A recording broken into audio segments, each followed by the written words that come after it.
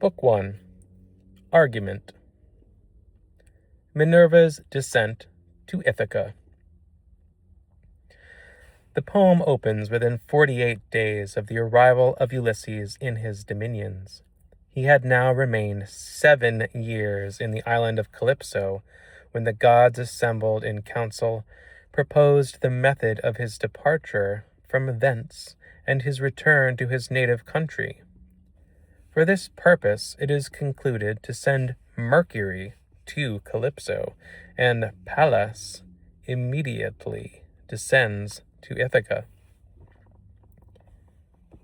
She holds a conference with Telemachus in the shape of Mantes, king of Taphians, in which she advises him to take a journey in quest of his father, Ulysses, to Pylos and Sparta, where Nestor and Menelaus yet reigned. Then, after having visibly displayed her divinity, disappears. The suitors of Penelope make great entertainments and riot in her palace till night. Phemius sings to them the return of the Grecians, till Penelope puts a stop to the song. Some words arise between the suitors and Telemachus, who summons the council to meet the day following. The man for wisdom's various arts renowned, long exercised in woes, O Muse, resound! Who, when his arms had wrought the destined fall of sacred Troy and raised her heaven-built wall, wandering from clime to clime, observant strayed, their manners noted and their states surveyed. On stormy seas unnumbered toils he bore, safe with his friends to gain his natal shore. Vain toils! Their impious folly dared to prey on herds devoted to the god of day. The god vindictive doomed them nevermore. Ah, men unblessed to touch that natal shore! Oh, snatch some portion of these acts from fate, celestial Muse, and to our world relate. Now at their native realms the Greeks arrived, all who the wars of 10 long years survived, and escaped the perils of the gulfy main, Ulysses, soul of all the victor train. An exile from his dear paternal coast, deplored his absent queen and empire lost. Calypso in her caves constrained his stay, with sweet, reluctant, amorous delay. In vain, for now the circling years disclose the day predestined to reward his woes. At length his Ithaca is given by fate, where yet new labors his arrival wait. At length their rage the hostile powers restrain, all but the ruthless monarch of the main. But now the god remote, a heavenly guest, in Ethiopia graced the genial feast. A race divided, whom with sloping rays the rising and descending sun surveys. There on the world's extremest verge revered, with hecatombs and prayer in pomp preferred. Distant he lay, while in the bright abodes of high Olympus Jove convened the gods.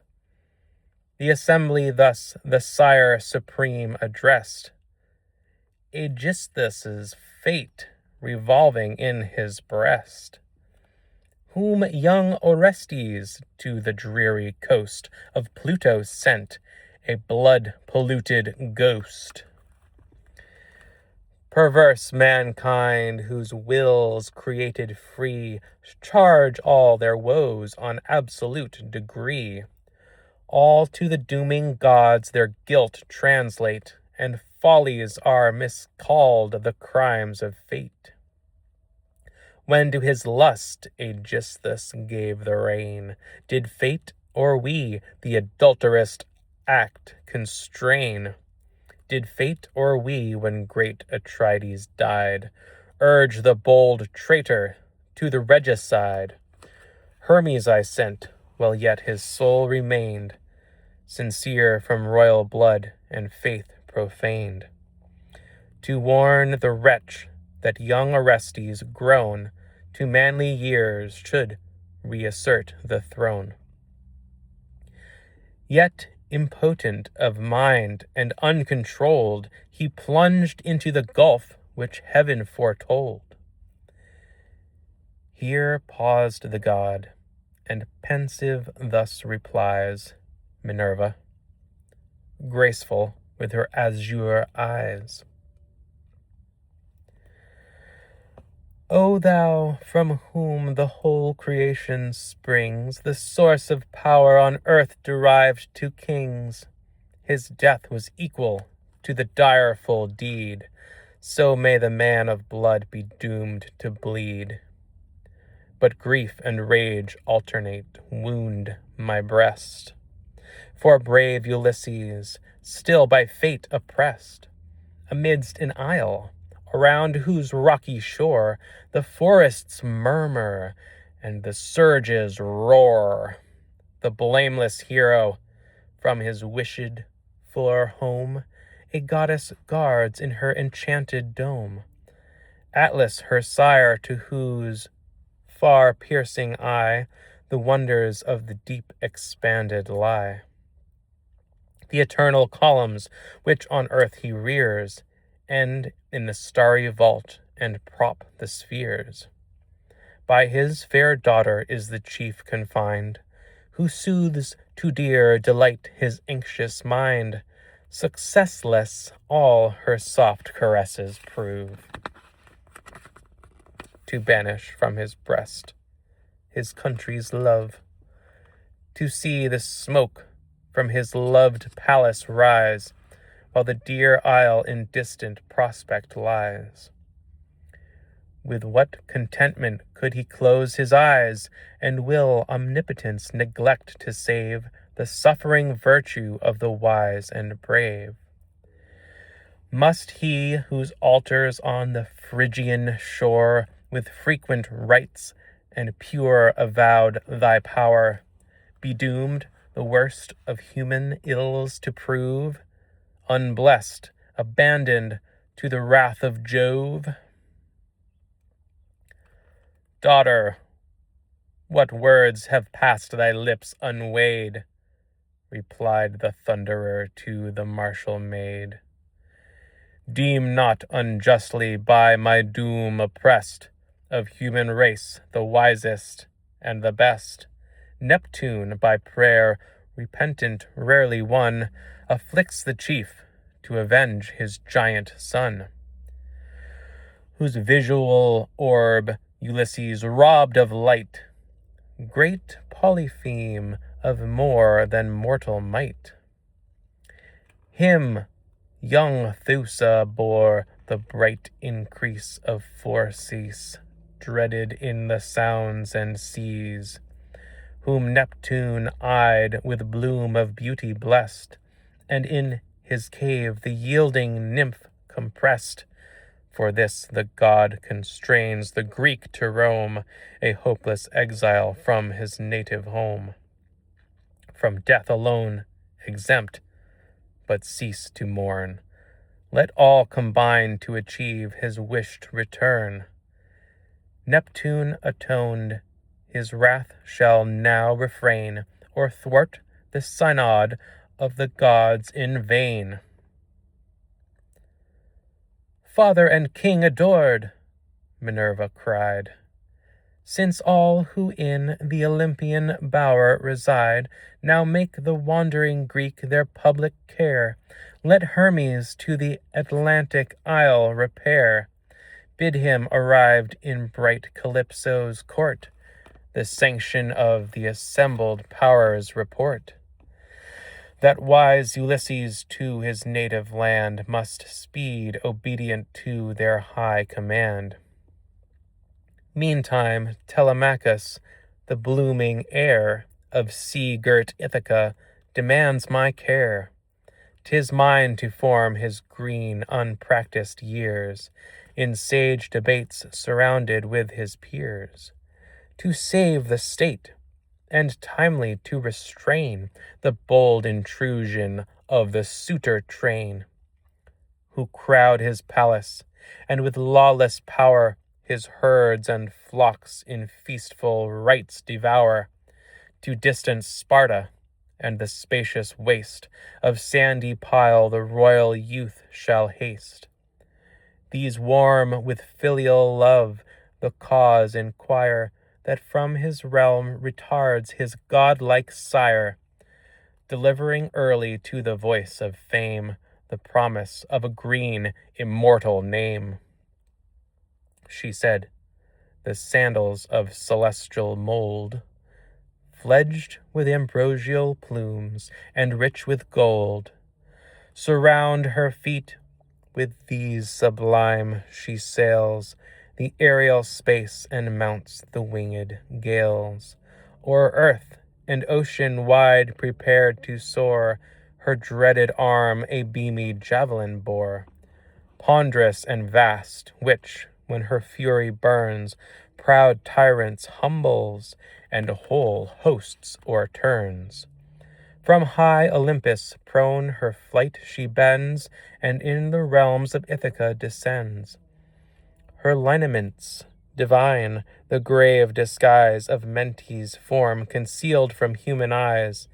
Mentes, the monarch of the Taphian land, a glittering spear waved awful in her hand. There in the portal placed the heaven-born maid, enormous riot and misrule surveyed, on hides of beeves before the palace gate. Sad spoils of luxury, the suitors sate, with rival art and ardor in their mien. At chess they vie to captivate the queen, divining of their loves, attending nigh, a menial train the flowing bowl supply. Others apart the spacious hall prepare, and form the costly feast with busy care. There young Telemachus, his bloomy face glowing celestial sweet with godlike grace, amid the circle shines, but hope and fear, painful vicissitude his bosom tear. Now, imaged in his mind, he sees restored in peace and joy the people's rightful lord. The proud oppressors fly the vengeful sword, while his fond soul these fancied triumphs swelled. The stranger guest the royal youth beheld, grieved that a visitant so long should wait, unmarked, unhonored, at a monarch's gate. Instant he flew with hospitable haste, and the new friend with courteous air embraced. Stranger, whoe'er thou art, securely rest, affianced in my faith a ready guest. Approach the dome, the social banquet share, and then the purpose of thy soul declare. Thus affable and mild the prince proceeds, and to the dome the unknown celestial leads. The spear receiving from the hand he placed against a column fair with sculpture graced, where seemly ranged in peaceful order stood Ulysses' arms, now long disused to blood. He led the goddess to the sovereign's seat, her feet supported with a stool of state. A purple carpet spread the pavement wide, then drew his seat familiar to her side.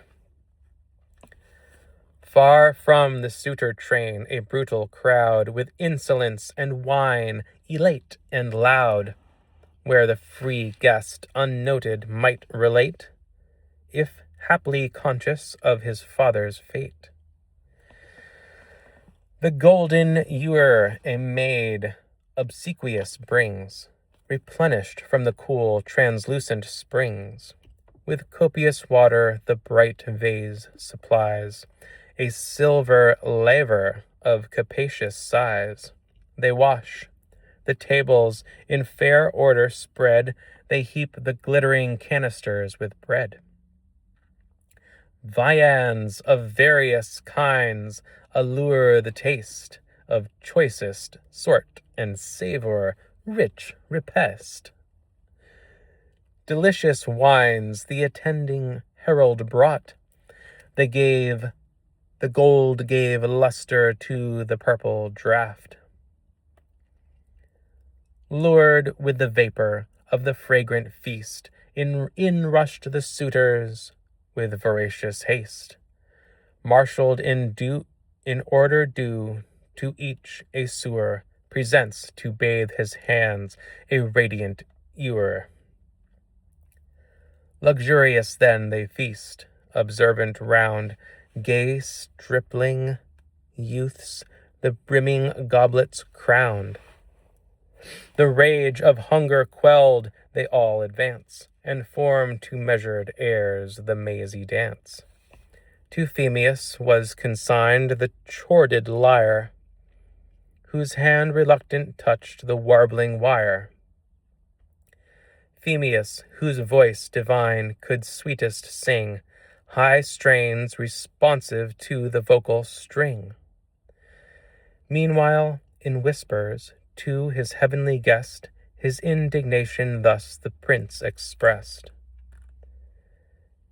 Indulge my rising grief whilst these, my friend, with song and dance, the pompous revel end. Light is the dance, and doubly sweet the lays, when for the dear delight another pays. His treasured stores these cormorants consume, whose bones, defrauded of a regal tomb and common turf, lie naked on the plain, or doomed to welter in the whelming main. Should he return, that troop so blithe and bold, with purple robes inwrought and stiff with gold, precipitant in fear, would wing their flight, and curse their cumbrous pride's unwieldy weight.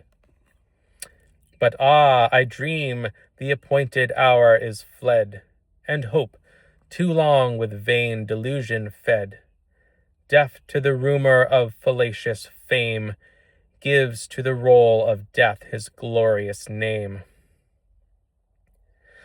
With venial freedom let me now demand thy name, thy lineage, and paternal land. Sincere, from whence began thy course, recite, and to what ship I owe the friendly freight. Now first to me this visit dost thou deign, or numbered in my father's social train. All who deserved his choice he made his own, and curious much to know, he far was known. My birth I boast, the blue-eyed virgin cries. From great Anchialus, renowned and wise, Mentes my name, I rule the Taphian race, whose bounds the deep, circumfluent waves embrace. A duteous people and industrious isle, to naval arts inured and stormy toil. Freighted with iron from my native land, I steer my voyage to the Brutian strand, to gain by commerce for the labored mass a just proportion of refulgent brass. Far from your capital my ship resides at Rhitorus, and secure at anchor rides, where waving groves on airy Nain grow, supremely tall, and shade the deeps below. thence to revisit your imperial dome. An old hereditary guest I come, your father's friend, Laertes can relate. Our faith unspotted and its early date, who, pressed with heart-corroding grief and years, to the gay court a rural shed prefers, where, sole of all his train, a matron sage supports with homely fond his drooping age, with feeble steps from marshalling his vines, returning sad when toilsome day declines. With friendly speed induced by erring fame, to hail Ulysses' safe return I came. But still the frown of some celestial power with envious joy retards the blissful hour. Let not your soul be sunk in sad despair. He lives, he breathes this heavenly vital air among a savage race whose shelfy bounds with ceaseless roar the foaming deep surrounds. The thoughts which roll within my ravished breast, to me no seer the inspiring gods suggest, nor skilled nor studious with prophetic eye, to judge the winged omens of the sky. Yet hear this certain speech, nor deem it vain, though adamantine bonds the chief restrain. The dire restraint his wisdom will defeat, and soon restore him to his regal seat. But generous youth, sincere and free declare, are you of manly growth, his royal heir? For sure Ulysses in your look appears, the same his features, if the same his years. Such was that face on which I dwelt with joy, ere Greece assembled, stemmed the tides to Troy. But parting then for that detested shore, our eyes unhappy never greeted more. To prove a genuine birth, the prince replies, on female truth assenting faith relies. Thus manifest of right I build my claim, sure founded on a fair maternal fame. Ulysses' son, but happier he, whom fate hath placed beneath the storms which toss the great. Happier the son, whose hoary sire is blessed with humble affluence and domestic rest. Happier than I to future empire born, but doomed a father's wretched fate to mourn. To whom, with aspect mild, the guest divine, O true descendant of a sceptred line, the gods a glorious fate from anguish free, to chaste Penelope's increase decree. But say, yon jovial troops so gaily dressed, is this a bridal or a friendly feast? Or from their deed I rightlier may divine, unseemly flown with insolence and wine, unwelcome revellers whose lawless joy pains the sage ear and hurts the sober eye. Magnificence of old, the prince replied, beneath our roof with virtue could reside, unblamed abundance crowned the royal board, what time this dome revered her prudent lord, who now, so heaven decrees, is doomed to mourn, bitter constraint, erroneous and forlorn. Better the chief, on Ilion's hostile plain, had fallen surrounded with his warlike train, or safe returned, the race of glory past, new to his friend's embrace and breathed his last, Then grateful Greece with streaming eyes would raise historic marbles to record his praise. His praise eternal on the faithful stone had with transmissive honor graced his son. Now snatched by harpies to the dreary coast, sunk is the hero and his glory lost. Vanished at once, unheard of and unknown, and I, his heir, in misery alone. Nor for a dear lost father only flow the filial tears, but woe succeeds to woe. To tempt the spouseless queen with amorous wiles, resort the nobles from the neighboring isles. From Samos, circled with the Ionian main, Dulichium and Zacynthus's sylvan reign. Even with presumptuous hope her bed to ascend, the lords of Ithaca their right pretend. She seems attentive to their pleading vows, her heart detesting what her ear allows. They vain expectants of the bridal hour, my stores in riotous expense devour. In feast and dance the mirthful months employ, and meditate my doom to crown their joy. With tender pity touched, the goddess cried, Soon may kind heaven a sure relief provide.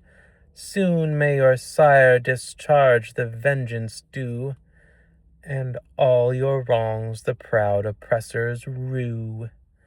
Oh, in that portal, should the chief appear, each hand tremendous with a brazen spear, in radiant panoply his limbs encased, for so of old my father's court he graced.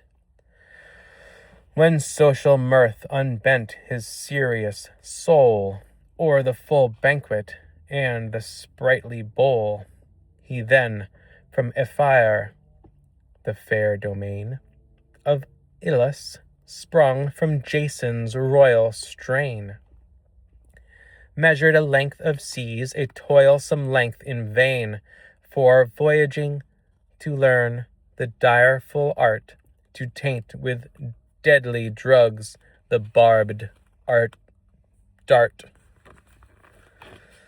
Observant of the gods and sternly just, Ilus refused to impart the baneful trust. With friendlier zeal my father's soul was fired. The drugs he knew, and gave the boon desired. Appeared he now with such heroic port, as then conspicuous at the Taphian court. Soon should yon boasters cease their haughty strife, or each atone his guilty love with life. But of his wished return the care resigns, be future vengeance to the powers divine. My sentence here, with stern distaste avowed, to their own districts drive the suitor crowd. When next the morning warms the purple east, convoke the peerage, and the gods attest. The sorrows of your inmost soul relate, and from sure plans to save the sinking state. Should second love a pleasing flame inspire, and the chaste queen connubial rites require, dismissed with honor, let her hence repair to great Icarus, whose paternal care will guide her passion and reward her choice with wealthy dower and bridal gifts of price. Then let this dictate of my love prevail, instant to foreign realms prepare to sail. to learn your father's fortunes, fame may prove, or omened voice, the messenger of Jove. Propitious to the search, direct your toil through the wide ocean, first to sandy pile of Nestor, hoary sage, his doom demand. Thence speed your voyage to the Spartan strand, for young Atrides to the Achaean coast arrived, the last of all the victor host. If yet Ulysses views the light, forbear, till the fleet hours restore the circling year. But if his soul hath winged the destined flight, inhabitant of deep disastrous night, homeward with pious speed repass the main, to the pale shade funereal rites ordain. Plant the fair column o'er the vacant grave, a hero's honors let the hero have. With decent grief the royal dead deplored, for the chaste queen select an equal lord.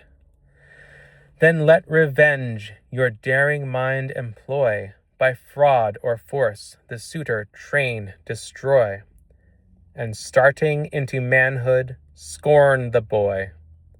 Hast thou not heard how young Orestes, fired with great revenge, immortal praise acquired?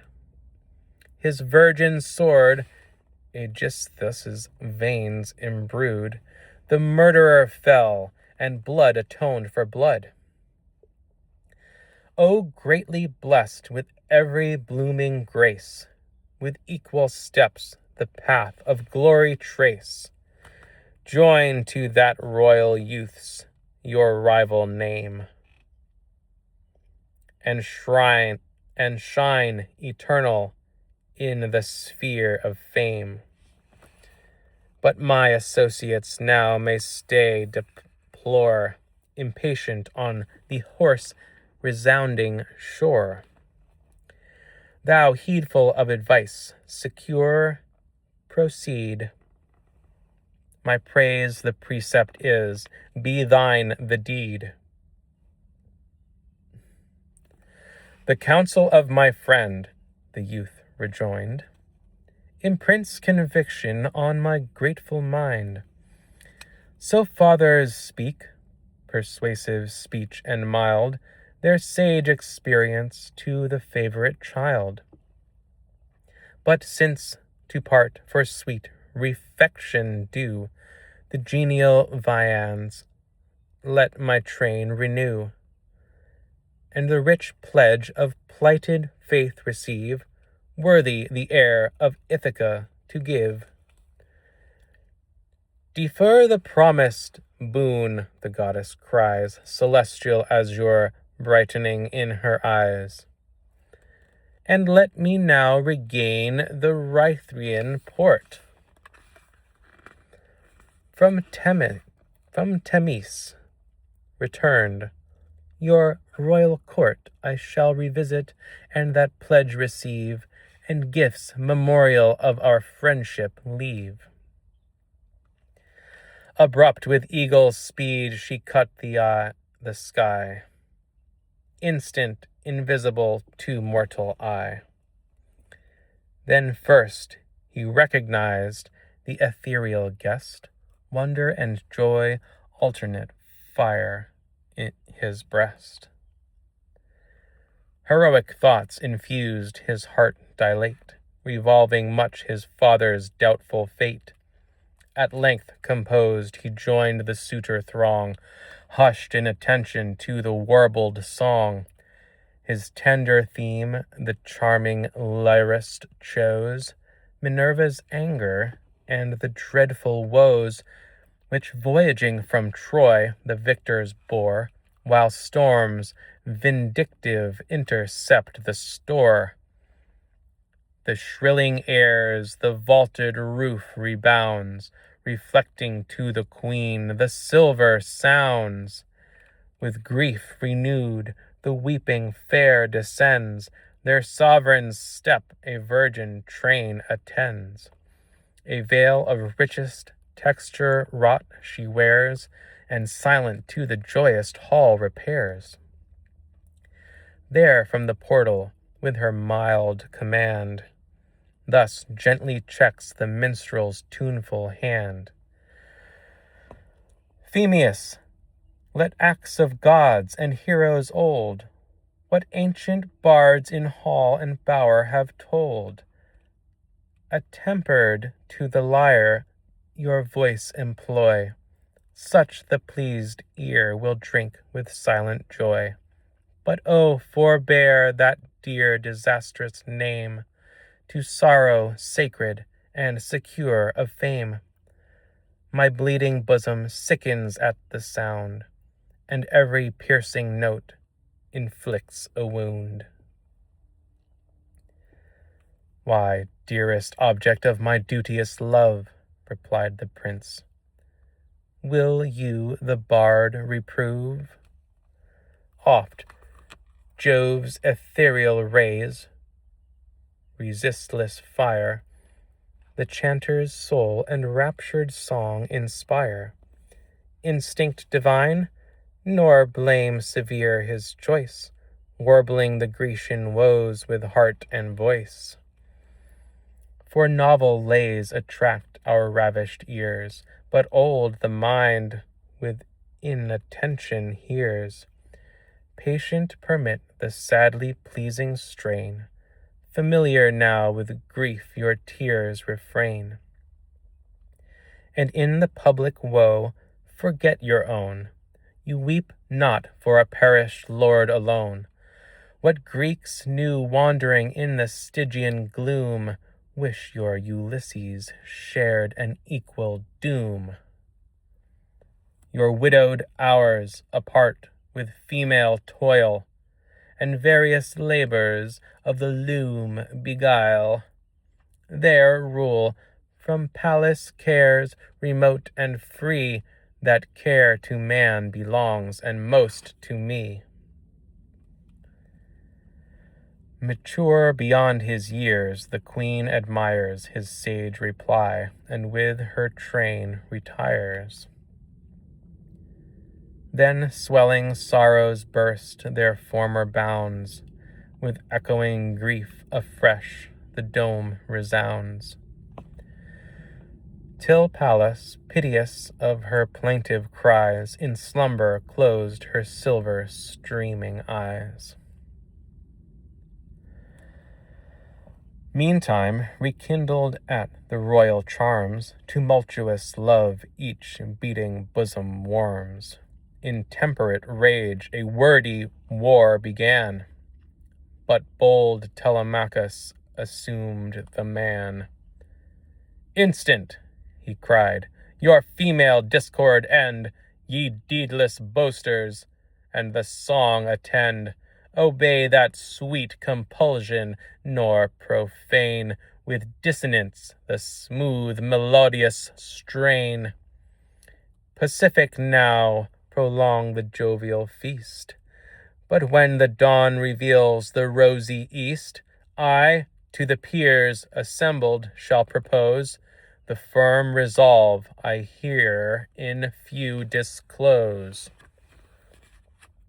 No longer live the cankers of my court, all to your several states with speed resort.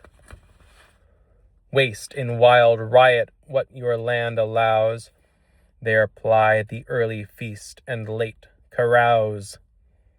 But if to honor lost, 'tis still decreed, for you my bowl shall flow, my flock shall bleed.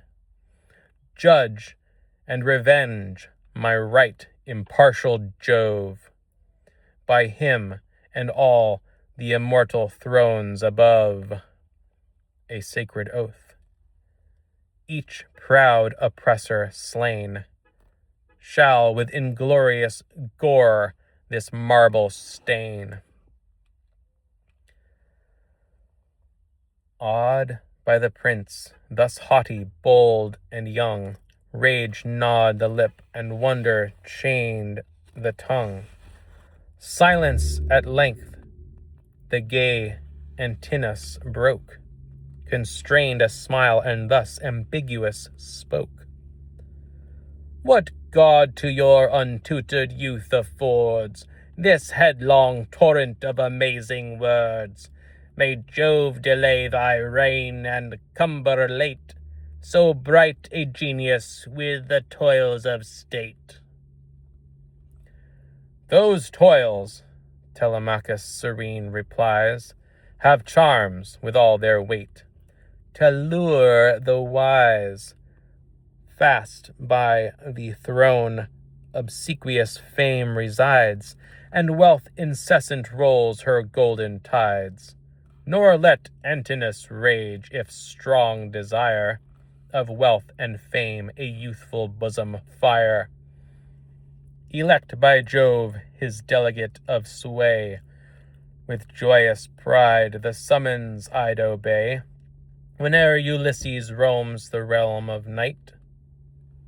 Should factious power dispute my lineal right, some other Greeks a fairer claim may plead.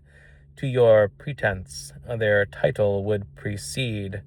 At least the scepter lost I still should reign, sole o'er my vassals and domestic train. To this Eurymachus: Heaven alone refer the choice to fill the vacant throne. Your patrimonial stores in peace possess, undoubted all your filial claim confess.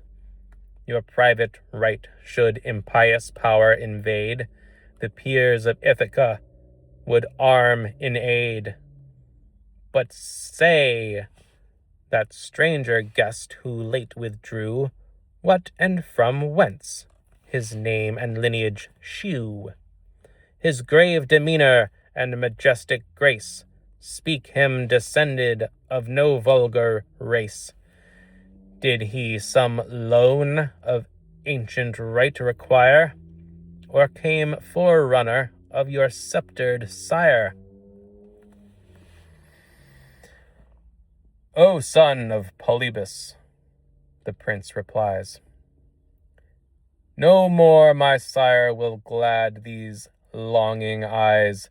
The queen's fond hope inventive rumor cheers, or vain diviner's dreams divert her fears.